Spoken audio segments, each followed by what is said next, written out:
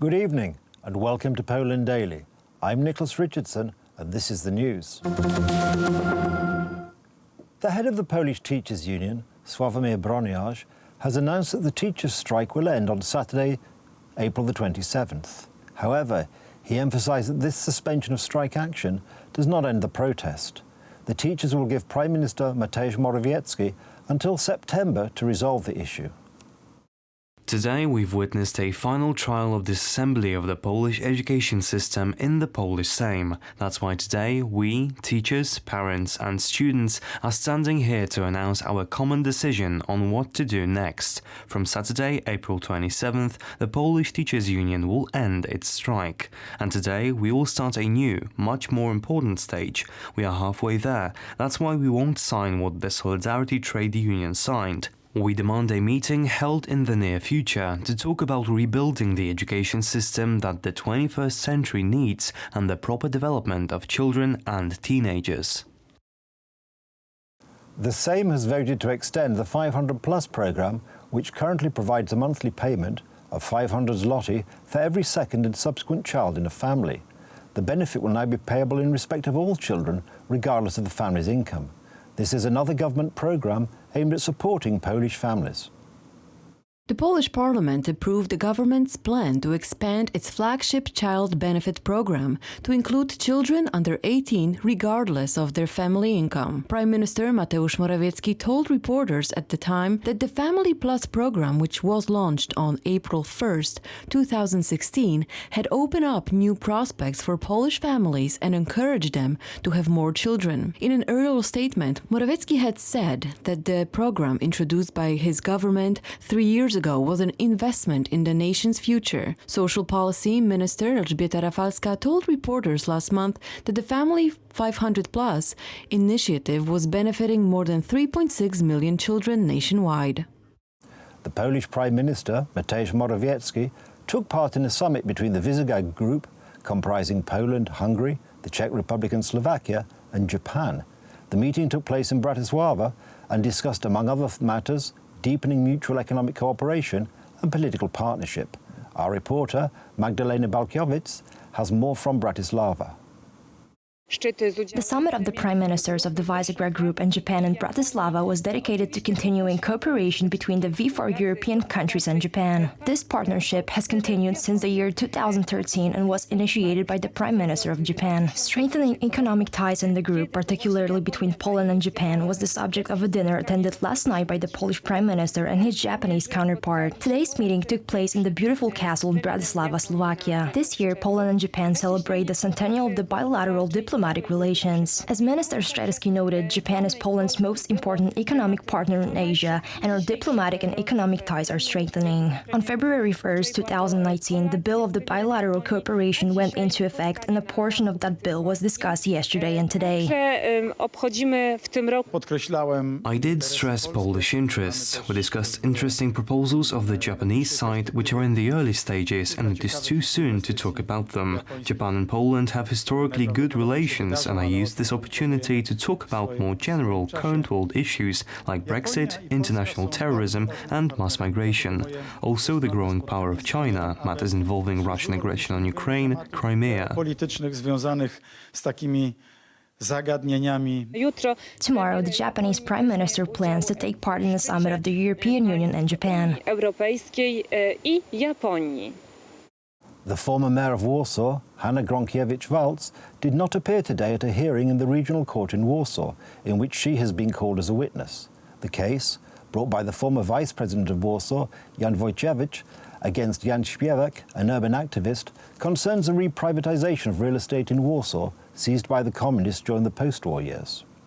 This would have been Hanna Gronkiewicz-Waltz's first statement as a witness concerning the Warsaw privatization scandal. The former Warsaw mayor, however, did not appear in court. Instead, she sent a letter informing the court that she was residing at a scientific commission and was therefore unable to be at the hearing. The court decided to postpone her deposition until October 24th. Naturally, the absence of Hanna Gronkiewicz-Waltz was heavily criticized. It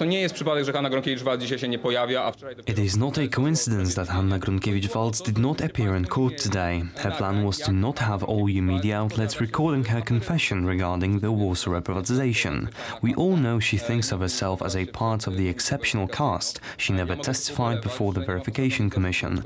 I think it is lamentable that she still hasn't heard any charges that she should have a long time ago. Nie będę oceniał ani zachowania.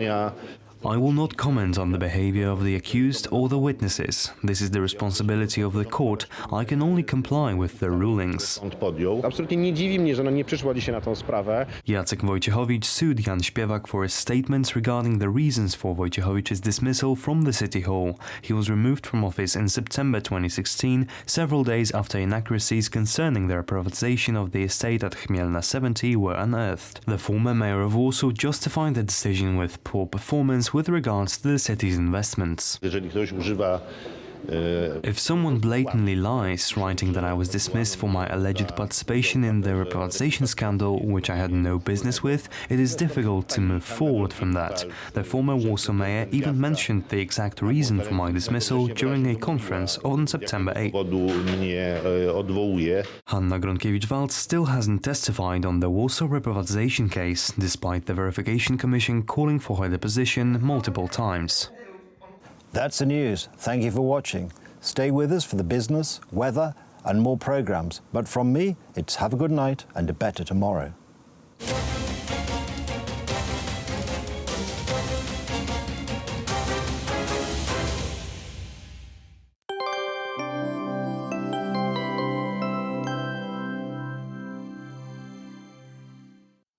I'm Aleksandra Zarzycka and welcome to Poland Daily Weather.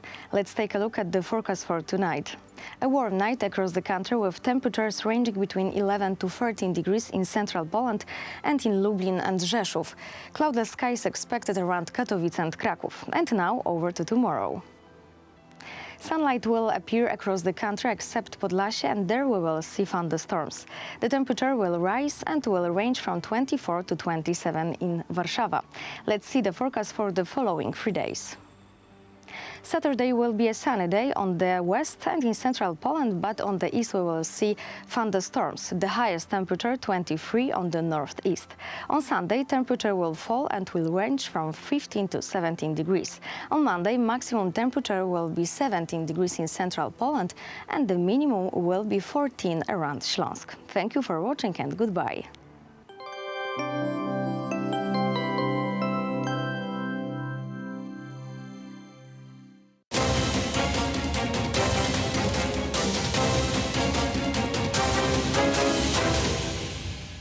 You're watching Poland Daily Business Edition. Tonight our guest is Jerzy Bielewicz, financial analyst and Gazeta Bankowa writer. Sir, welcome to the show. Good to be here. Yeah, we'll start from the news. The Polish oil industry has a problem with supplies from Russia. The PERN, the company that receives and transport the fuel or the oil from Russia through the pipeline to Polish refineries, stopped receiving Russia due to the bad condition of this substance. Yeah, that's a real problem because we are not still ready to receive enough crude oil through our ports. We have some problems with PKN mixing Orlen and said storing. That they are went below 50% of. It used to be that Poland used 80% of the fuel manufactured in Poland. The resource was the Russia's oil. Now it's below 50%, but yet it's still half of the production. And not enough infrastructure to send it over from seaside to Płock, which is in the middle of Poland.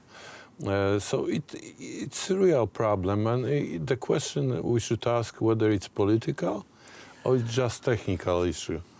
And what is your gut feeling about that? It's politics. It's politics.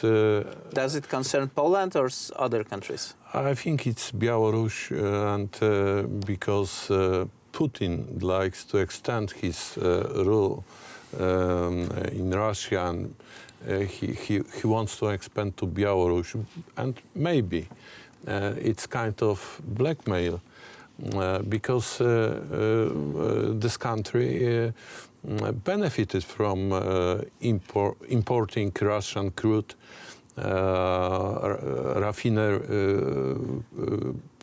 processing it and selling to Poland, Baltic states or Ukraine. It was a lot of revenues for Belarus government and economy. So it might be political issue.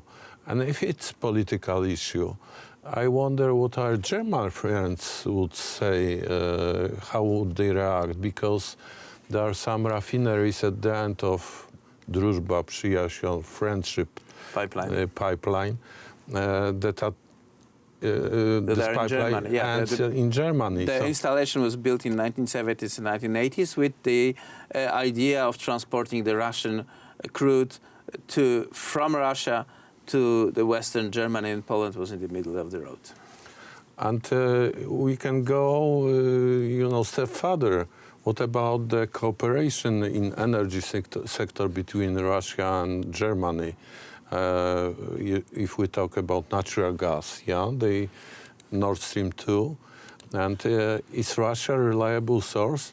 I remind you about the crisis with natural gas that was sent by Yamal pipeline with a lot of water in it, water vapor, and it took was about not a few usable. weeks, and that was a strong signal. And if you will misbehave, we will cut you from the LNG or natural gas import. And what will you do? Then it is known that Russia is using the energy supplies as many just times another against Poland, against Ukraine, and recently this issue with the gas. With water content in it. And right now it's crude from Russia, which is not good to process. So it might be political. So right now the Kremlin is pressuring Minsk, Belarus, in order that they need to comply and, for example, join the Russia's federation, which the ruler Alexander Lukashenko is not ready to do, right? Yeah, exactly. That might be the case. We don't know. Nobody, would put this angle on this issue. But it might be political, and if it's political, then it would have huge repercussion. We have the speech from Alexander Lukashenko only a few days ago in Minsk. He said that there is a whole new generation born in the separate country, and then they will not like to be part of the Russia. So maybe this coercion will be fruitless, because that could be too expensive for Russia to replace the authorities. The Alexander Lukashenko is in power for a quarter of a century. Definitely something is going on in Belarus, but in Moscow as well. But on the other hand, polls in Russia are not good for Putin, and he needs some, event to justify his staying in power, or even extending the term as a ruler. So, Putin is unpredictable, I would say, and you can count on him that he would misbehave or do things which are not acceptable on the international scene. Right. Do you think that the Polish petroleum industry will have a problem with the lack of the Russian oil? There is this political answer, which is no, we won't have any problems. And there is this infrastructure problem. We still have not enough infrastructure to send crude oil from Naftoport to Płock, which is the main refinery in Poland. We need another pipeline, we need storage facility and mixing facilities, and they are still not in place. Both of those investments are or infrastructure projects are running, but the question, yes, how long it takes to complete? We see that we need to hurry up and have it in place and working very quickly. Well, that was it. We will see the development of this event. Jerzy Bielewicz will be definitely our guest next time, and we'll check if this prediction will come to the reality, sir. Thank you very much for this conversation. And that was it for tonight's Poland Daily Business.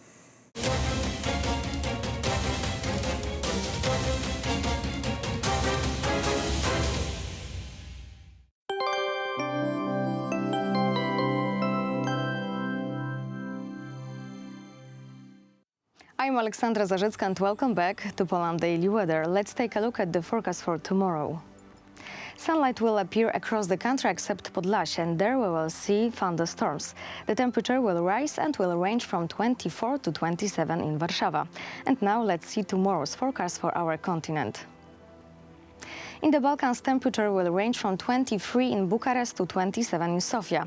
Still warm on Apennine Peninsula, their temperature will range about 27 degrees in Rome. In British Islands, we will expect little rainfall, but we can see some moments when the sun will peek through the clouds. Thank you for watching and goodbye.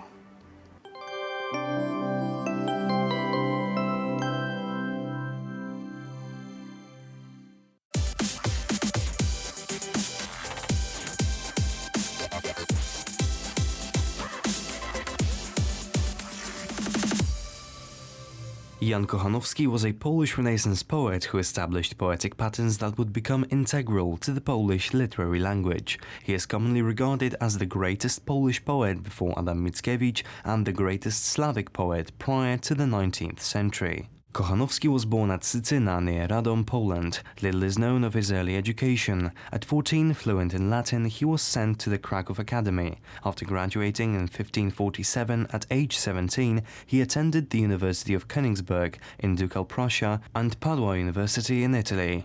At Padua, Kochanowski came in contact with the great humanist scholar Francesco Robotello. Kochanowski closed his 15-year period of studies and travels with a final visit to France, where he met the poet Pierre Ronsard.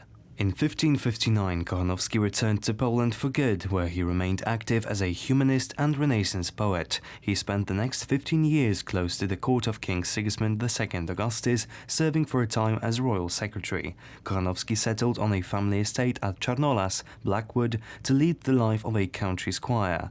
In 1575, he married Dorota Podlodowska, with whom he had 7 children. Kochanowski is sometimes referred to in Polish as Jan z Czarnolasu, John of Blackwood. It was there that he wrote his most memorable works, including The Dismissal of the Greek Envoys and The Laments. Kochanowski died, probably of a heart attack, in Lublin on August 22, 1584.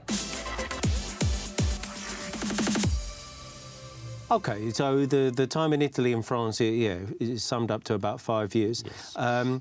So now, you mentioned just earlier about how his period abroad, particularly in Italy when he was studying, it had a huge impact on his work and then subsequently on the Polish language when he came back. So maybe wonder if you could sort of touch on that, how his work affected the Polish language and in turn the Polish culture in years to come. Absolutely. Well, as I mentioned, Latin language was much more developed in Polish than Polish in terms of expressing emotions or touching different subtle aspects of life. So Polish was quite dexterous in terms of speaking about war or the armors. It was lacking in terms of speaking about love or emotions, or there were quite little synonyms for different nouns, for example. So the poetry made a huge impact on developing the language and make it more diverse. Exactly, or more developed. Yeah, exactly. Especially when we talk about the great poet who was read and who was imitated. So when somebody gives a model of expressing himself, it's really widespread and it's really well known in society. It makes language more developed and more subtle than before. And that's what happened with Kochanowski's works. And he was really great master of writing that was really imitated, read, quite well known. I should stress especially his psalms, his translations of David's psalms, who were probably the most popular work of his in the 16th century, read both by Catholics and Protestants. Even if he were and kept being till the end of his days Catholic, he was really acknowledged by Protestants as well because of his work, because of the fineness of his translation.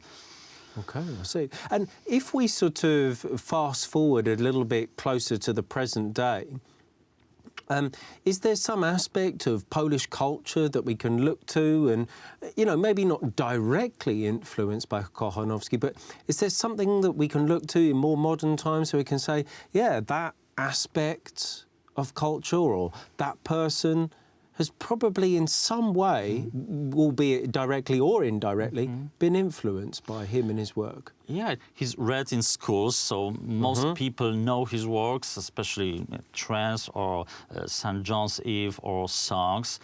And when I think of modern aspects of his work, or the influence he has on modern times, I would say that the love for calm life in province he was praising, especially in St. John's Eve, when so this model of talking about the countryside, the province, the happiness and bliss of being in nature. Yeah, in nature and living outside the crowds of city, the rush of the everyday life, is something very consistent also today. Polish people quite love being in nature and admire this way of life. And this can be found in his works that really express the love of the Polish noblemen of the time, of being on their own, totally financially independent, having a little area for themselves with a nice house and their own family. Bit of land. Yeah. Exactly. This is the way they loved, and this is what we found, what we can find in his works. He expresses this really deep love and deep admiration that I think Polish people and Slavic people in general have. Yeah, I mean, you can really genuinely see that when you go even to major cities in Poland, and especially when the weather gets a bit warmer, like this time of year. Yeah. People, they really, as soon as the weekend comes, one of their first thoughts, get out of the city. The lake, to the meadows, and even they have only a little piece of terrain for themselves or a balcony, they try to create a little asylum for their own in this crowded city.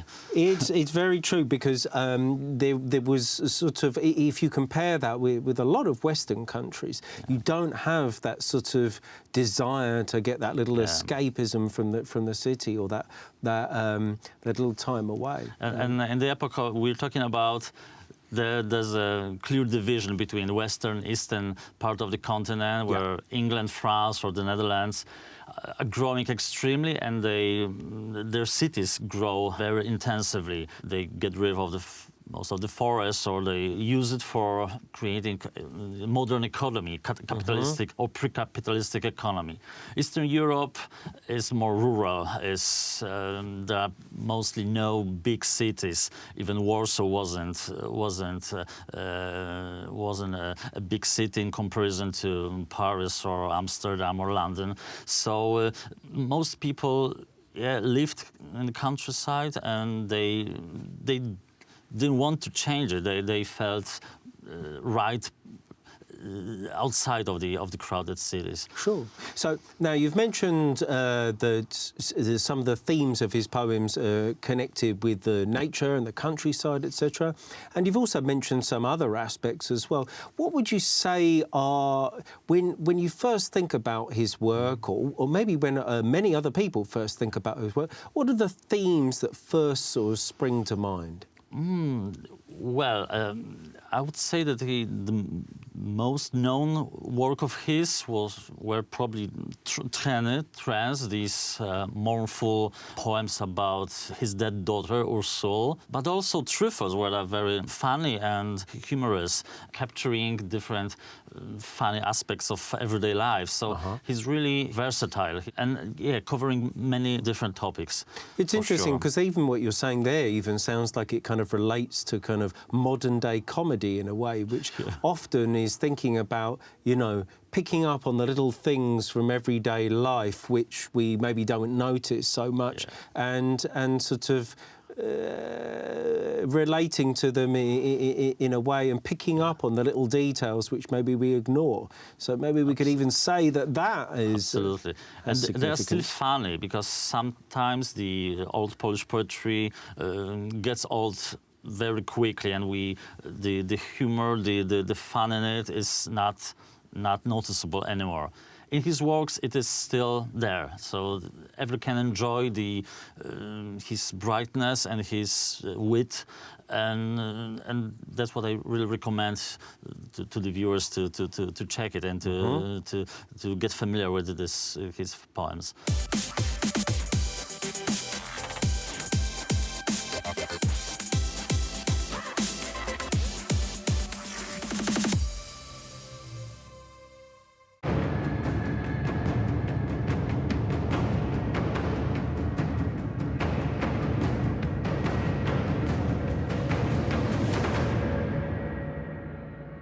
Ladies and gentlemen, welcome to Poland Daily History. Today we are at the city of Lublin, one of the largest and most historical cities of Eastern Poland.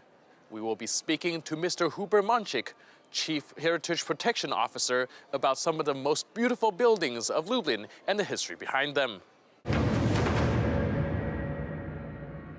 One of the more fascinating buildings and more historical buildings in the Lublin Old Town is known as the Crown Tribunal. And as I know, it served a special function for the Polish-Lithuanian Commonwealth. I was wondering if you can tell me a little bit about the building and what function it served. Trybunał Koronny w Lublinie powstał w 1578 roku. The Crown Tribunal in Lublin was founded in 1578. It was called by Stefan Batory, the King of Poland and the Republic. Earlier, the prerogatives of judging, the authority to judge, lied with royalty. But because the royal court in such a big state ceased being efficient, as the king was unable to settle all these cases, it got to a point where at the end of the 16th century, in 1578, there were separate courts for nobility in the crown, so Old Poland and in Lithuania. These were tribunals. The Lithuanian tribunal was in Vilnius and later Nowak-Rudak, while the Crown Tribunal was in two places, Piotrków, later known as Piotrków Trybunalski, and Lublin. It was the same team of judges who were selected every year in autumn during a session in Piotrków. In Piotrków they settled cases from the provinces of Greater Poland and Mazovia, while in Lublin from Lesser Poland and Ruthenia, so the bigger and richer part of the Polish Republic. Skutek tego był taki, że Lublin w ciągu już XVII-XVIII. The result was that Lublin, during the 17th and 18th century, was a city in which for half the year, half the people in the Republic, particularly the more important figures, would be, because anyone who had a court case had to go to Lublin. This led to the reconstruction of the former town hall into a tribunal building. The tribunal was situated in the town hall, Every year, sessions would take place in the town hall building for more than a half year. During this time, city councillors and the mayor had to leave the town hall and perform their functions either in their homes or townhouses designated for them to work in. But the calling of the tribunal and headquarters of it in Lublin wasn't the only reason for the rebuilding and transformation of the former town hall buildings. Due to the constant presence of magnates and nobles from all over Poland, there was a need to have quarters for these people. W całej Rusi potrzebne były dla tych ludzi miejsca, kwatery. Dlatego też polska szlachta i polska magnateria budowała w Lublinie pałace. That's also why Polish nobility and Polish magnates built palaces in Lublin. Every important noble and magnate had 3 separate palaces of their own. They had their main residential quarters. They had to have a palace in Warsaw to be near the Sejm and the king, and apart from those, a palace in Lublin in order to be near the courts. Some of them rented 10-man houses, to which more stories were added, known as the tribunal stories, in which judges and those who had come to Lublin to go to court stayed, or they built palaces. In 1660 there were over 110 manor houses and noblemen's palaces. Some of them have remained until today, some of them were rebuilt into tenements. Walking around Lublin, to this day we can see the former Czartoryski Palace, the Lubomirski Palace and many other palaces from the 17th and 18th centuries. Pałaców XVII-XVIII. The Crown Tribunal building was transformed at the end of the 17th century and then again in 1781 into what it is now, founded by King Stanisław Augustus, and the reconstruction was done by royal architect Domenico Mellini, known for the many interesting classic buildings he put up for King Stanisław Augustus in Warsaw. The current form of the tribunal building comes from that time.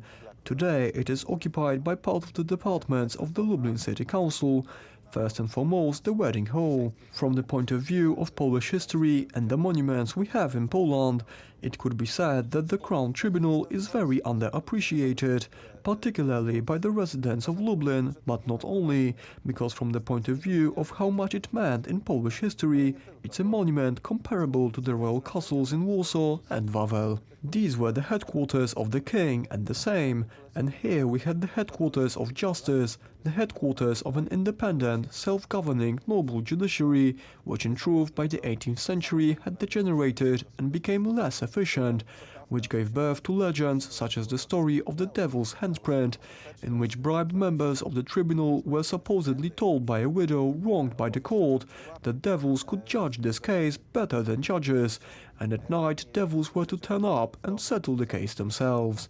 We don't know, of course, what this legend was based on, but it came about very early in the 17th century. Interestingly, this same legend is in Piotrków Trybunalski, so we don't know if it first came about in Lublin or Piotrków. Why is this tribunal important? Because in Piotrków, an analogous building of the Crown Tribunal didn't survive. It was taken down in the 19th century. Meanwhile, the Lublin Tribunal continued to perform its court functions and has survived until today in the form it was in the 18th century. The oldest parts of the building are from the end of the 14th and the beginning of the 15th century. They are preserved in the basement, but the building's current form, which we can view in the Lublin marketplace, comes from the 18th century, from the time of Domenico Mellini. Pochodzi z wieku XVIII, z czasów Dominika Melliniego. The Crown Tribunal brought a new level of quality to the Polish judiciary. Instead of the king settling the legal matters, a corps of well-educated judges would spend part of the year in Piotrków Trybunalski and the rest in Lublin to settle all the legal cases in the Kingdom of Poland. Next up, we will speak with Mr. Mącik about the difference between the Crown Tribunal in Lublin and the one in Piotrków Trybunalski. So I was wondering, what are the relations between the tribunal in Piotrków and the Crown Tribunal here in Lublin? What are the cases handled and how are they decided, which one goes where? W Piotrkowie sądzono sprawy z Wielkopolski i Mazowsza, natomiast w Lublinie sądzono sprawy z terenu Małopolski i Rusi.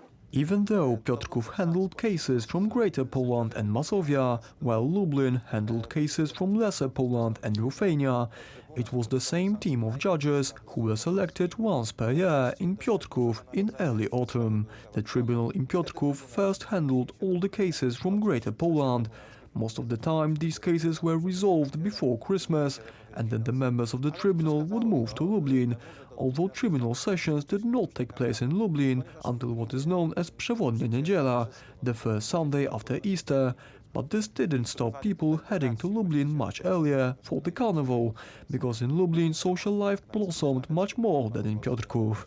The wealthier landowners came here, because the biggest fortunes of the nobility and magnates were in Lesser Poland and Ruthenia. The most serious court cases were dealt with here, ones that involved greater assets.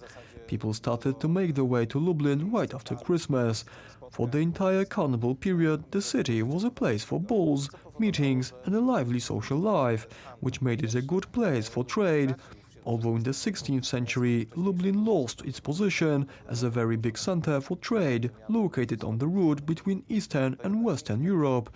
But thanks to the fact that the tribunal functioned in Lublin, it meant that it remained a tourist city of sorts. At first, the tribunal courts were fast and efficient. Unfortunately, over time, and it happens that institutions of this sort tend to betray themselves, the tribunal courts became corrupt, something people complained about a lot. This was emphasized at the end of the 17th century in various publications and in satires, at how much these judges were corrupted by feasts, which they were invited to in various places, and how corrupted they were by the wealthier owners. Hence the legend of the Devil's Handprint and Devil's Court. Unfortunately, things could also become dangerous during tribunals in Lublin. Historical information unfortunately points to the fact that some gentlemen tried to get the result they wanted using force, but fortunately this was quite rare. The tribunal generally worked well, at least until the mid-17th century.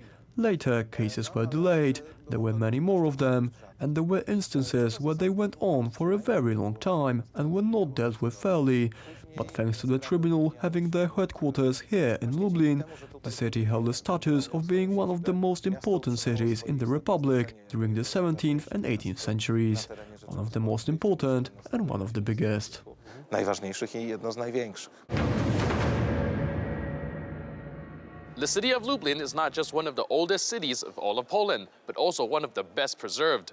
Thanks to the meticulous work of historians and the heritage protection officers, future generations will get the opportunity to witness centuries of history firsthand. That's it for today. I'm your host, Benjamin Lee. I'll see you next time on Poland Daily History.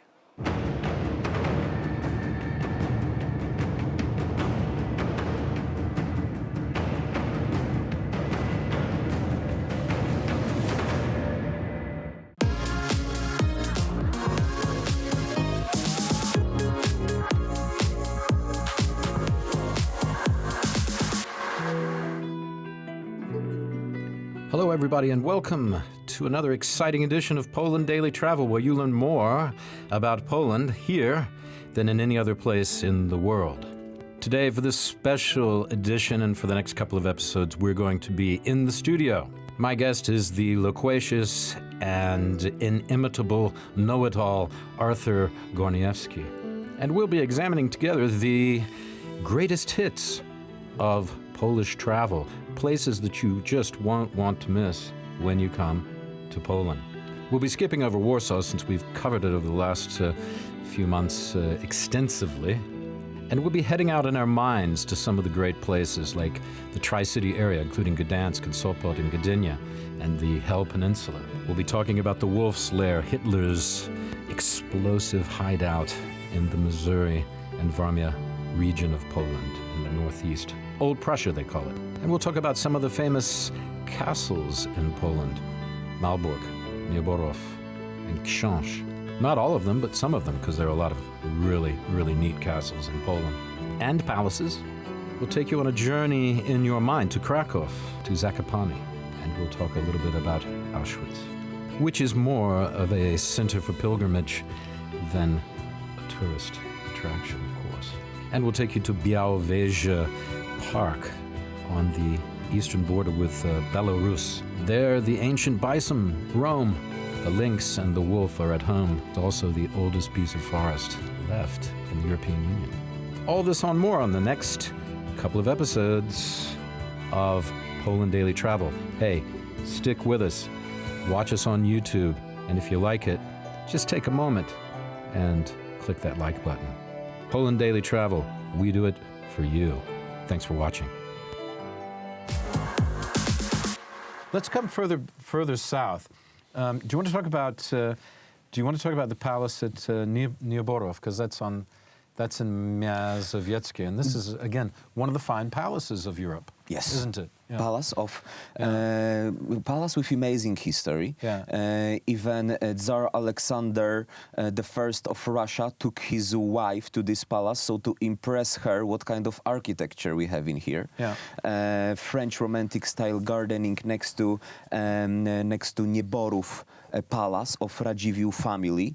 And the Radziwiłł family. Yes. Radziwiłł family. And to me, as an American, the Radziwiłł name comes up because Lee Radziwiłł was the sister of Jacqueline Bouvier, who might be better known as Jacqueline Kennedy, married to JFK, or Jackie Onassis, married to Aristotle Onassis.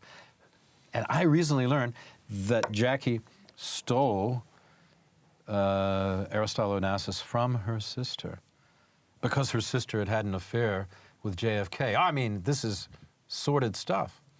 Okay, so dirty stuff. So if you have some kind of advertisements, let's do it right now. I'm just saying, the Radziwiłł, but the Radziwiłł, I don't know what I'm talking about, but the Radziwiłł, I've been too many conspiracy theories, but the Radziwiłł's, the point is one of the great families, noble families of this part of the world. And they were in charge of this particular palace, right? Nieborów. But there's also, do you remember the name of that lady who was Napoleon's girlfriend?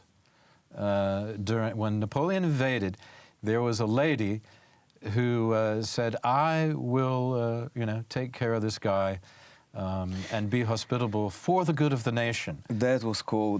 He was just sitting with his friend, Polish king. What was her name, though? Do you remember? Mary. Maria? Yes. Yes, that's right. And she was, no, he could just... Maria something. Yes, exactly. Is that right? Yes, like that? exactly. Yeah, okay. So there were like a line of girls standing in front of him. And in front of Napoleon? Yes. You know this story? Yes. And, tell us. Yeah. And sorry, I'll be quiet. He was in war. It took place in one of Warsawian palaces next to the old town, when he had the possibility to, let's say, sort of choose a person that he would like to stick with. And he chose a lady who was not that young anymore, not that good looking as the rest of the girls, but she became his friend. And yes, she took care of him. And well, when it comes to Polish ladies and Polish monarchs and connections, so there is one king in Polish history. He was Kazimierz Jagiellończyk, who married Elżbieta from Habsburg family. They had... what years are we talking about? Because for people, they'll go, whoa. So that's 15th century. 1400s. 1400s. Yeah. Okay. And they had 6 sons and 7 daughters. And nowadays, European monarchs, every single European king or queen have theirs blood. Well, I was reading recently, you were talking about, we're related, by the way, just in case you were wondering. You and me? Yeah, and we're related to everyone. We're related to everyone in the control room as well. Okay, so now we must take a break. And the producer of the show, and we're related. We were actually related to everyone. Okay, so you read the history of sapiens, humankind. Well, we're all related to Charlemagne, for example, 1,000 years ago. If you're Caucasian from Europe or white from Europe, you're related to Charlemagne, apparently. Okay, so okay, just a second. We'll be right back. We're going to take a short break. We'll be right back. Stay with us. More talk about the greatest hits. Lots more to come. See you in a moment with Artur Górniewski. Next greatest hit. We should have probably said this before, but what about Krakow? What would you say about it? What's so we are about talking about previous capital of Poland, the city of Polish kings and the legendary dragon. Yes, that's an amazing tourist spot. Every single time it appears in top 10 European best travel destinations. Original architecture. Only one building destroyed during World War II by a coincidence, as they say. It was Adolf Hitler wanted to make it a capital of his future empire, by the way. Great recommendation. Well, I know how it sounds, but okay, sort of a I'm sorry. left-handed compliment. I'm sorry. Left-handed compliment. Everyone. Original Wawel castle and cathedrals, amazing churches, biggest in Europe main market square. The best church on entire planet Earth that I saw is the Mary's Church. St. Mary's. Yes. St. Mary's Church. It's just the best. And the Jewish Quarter, Kazimierz, where Spielberg was filming Schindler's List. And Schindler's Factory that you can visit. You can visit Schindler's Factory. There's also the old synagogue there. All of these things are good to see. And nearby the Wieleczka salt mines. Amazing salt mine, which was a reason of Polish wealth in the medieval times. Huge salt mine, and you can literally visit. You can literally sightsee. You take a tour and you go down. They have huge rooms there, and they used to have banquets there. Maybe they still do. They carved few churches and one big cathedral inside the salt mines. Yeah, but way underground. Yes. Yeah. And there are sculptures made of salt of Polish kings, of Casimir the Great. So Casimir, because of whom the district in Krakow is called Kazimierz. Right, district. the great king who established Poland as a mercantile business. More than 50 castles he constructed, fortifications in every single city. Yeah, he built the castles that go from Wawel all the way to Jasna Góra. 52 castles he's responsible for. Yeah, and you can still see the ruins, and some of these are more intact between Częstochowa and Krakow. Yeah, and I think we should mention two things close by. One, not Kazimierz, we just said that. To the south is Zakopane. Oh, yes. Famous for? Aspen of Poland, skiing. You are surrounded with mountains. Great for skiing. Of course, Carpathian Mountains are the oldest mountains in Europe. And that's why they are not very steep. These are not Alps. So if you want to train a little bit, if you wanted to get to know how to ski, you go to Zakopane or places in close neighborhood. Very nice. So it's great for skiing, hiking. And, hiking. Yes. You can walk up to the top. What's the highest mountain called?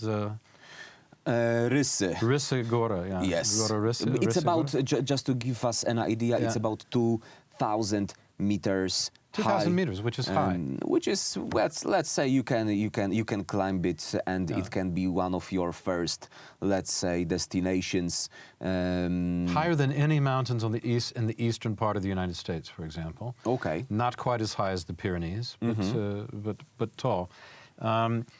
And also architecture, because you have the architecture of Witkaczi Sr., right? Yes. Who was building.